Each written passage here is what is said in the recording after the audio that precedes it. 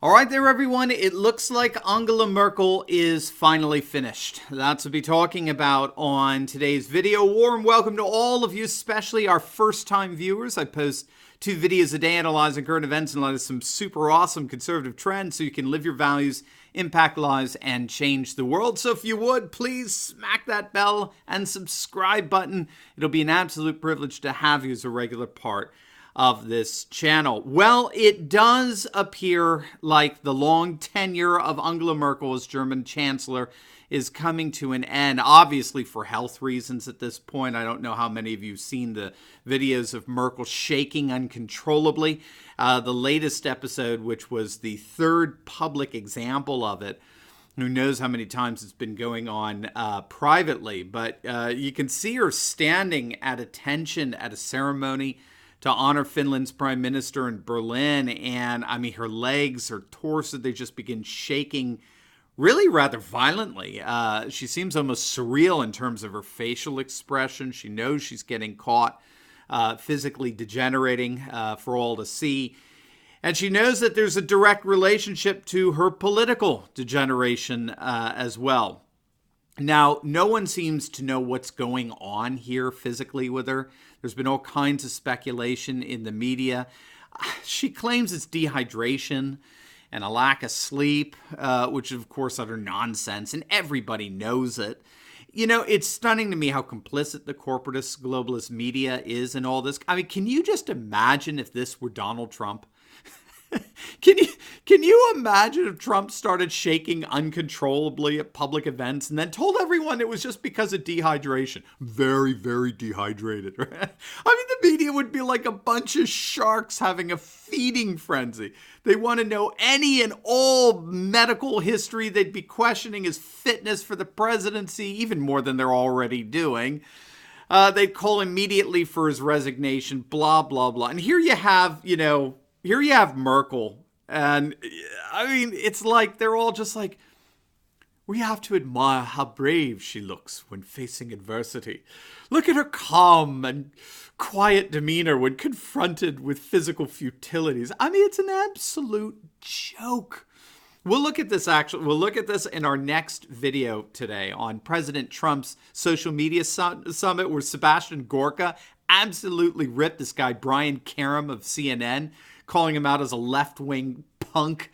You're not a reporter, you're a punk, he yells out of Gorka does. You're a cultural Marxist punk. It's make sure to check out the next video. You're going to like that one. So I'll put that up in another hour or so. So having said all this, there is no consensus. I mean, I'm even reading some medical websites that decided to chime in, speculating on what could be the cause of these tremors. No one knows. At least they're not telling us at this point. Regardless, I do think this is it. Whatever it is, I think Merkel is through. I do think it's over. It's just a matter of time. I have stated repeatedly on this channel that I do not think Merkel will finish her term. Okay, I think she's going to have to resign at some point. And then there will be a power play to see who replaces her with it from within the CDU, the Christian Democratic Union, which is her political party. They're going to have a power play between someone who is representative more of the conservative nationalist East German wing of the party, the Christian Social Union conservatives of Bavaria, who are more conservative like Austria, with their emphasis on border security and maintaining their cultural Christian identity. Or they're going to go with the more globalist liberal paradigm of Merkel. It works very comfortably aligning itself with the Social Democrats and with Brussels. So we'll have to see on who replaces Merkel. But these physical episodes are but the latest in a string of political catastrophes for Merkel. And I think that's what we need to understand here. This is why I think she's through. Okay, Merkel's tenure has been collapsing for some time now. There were already rumors that the new leader of the CDU's name is Annegret Kramp-Karrenbauer, who's mercifully referred to as AKK. She's actually had to quell rumors that she was plotting to topple Angela Merkel just after the European parliamentary elections. And this was largely in response to the surge in popularity for the AfD, which is the Nationalist Alternative for Germany party.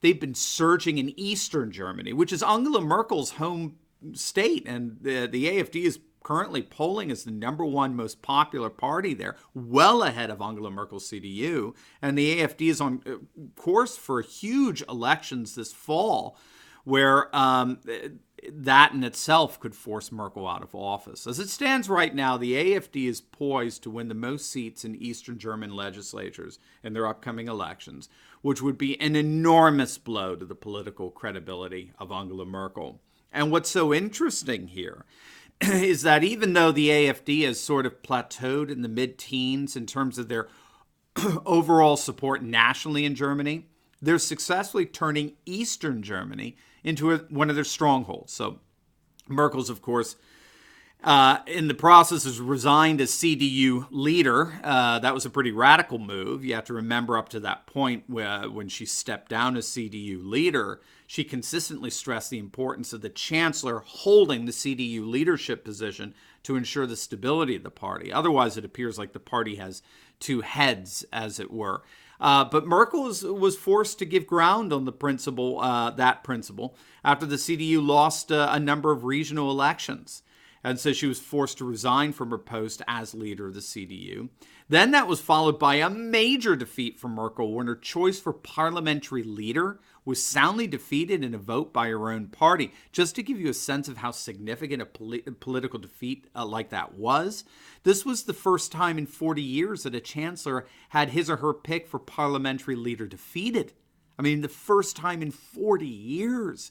And this defeat for Merkel was so bad that you had papers that are otherwise quite supportive of Merkel saying that this really was indeed the marking of the end of an era. She was being called a lame duck whose days in power were now officially numbered. But then things got even worse. You had the Bavarian elections and the Hesse elections in the fall of last year, where the CDU performed miserably in the face of defections to the nationalist AfD. And that forced Merkel to announce that she wasn't going. Not only was she going to step down from the CDU leader, but she wasn't going to seek re-election in the next election. So keep in mind, many had been frankly whispering that even if Merkel, even if she didn't stand down, she probably wouldn't have gotten the nomination.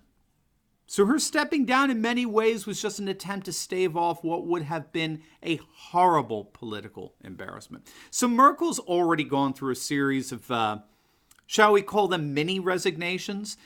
And there have already been calls among conservative CDU members for her just to make it official and step aside. The leader of the conservative union within the CDU and CSU coalition has formally asked for her resignation.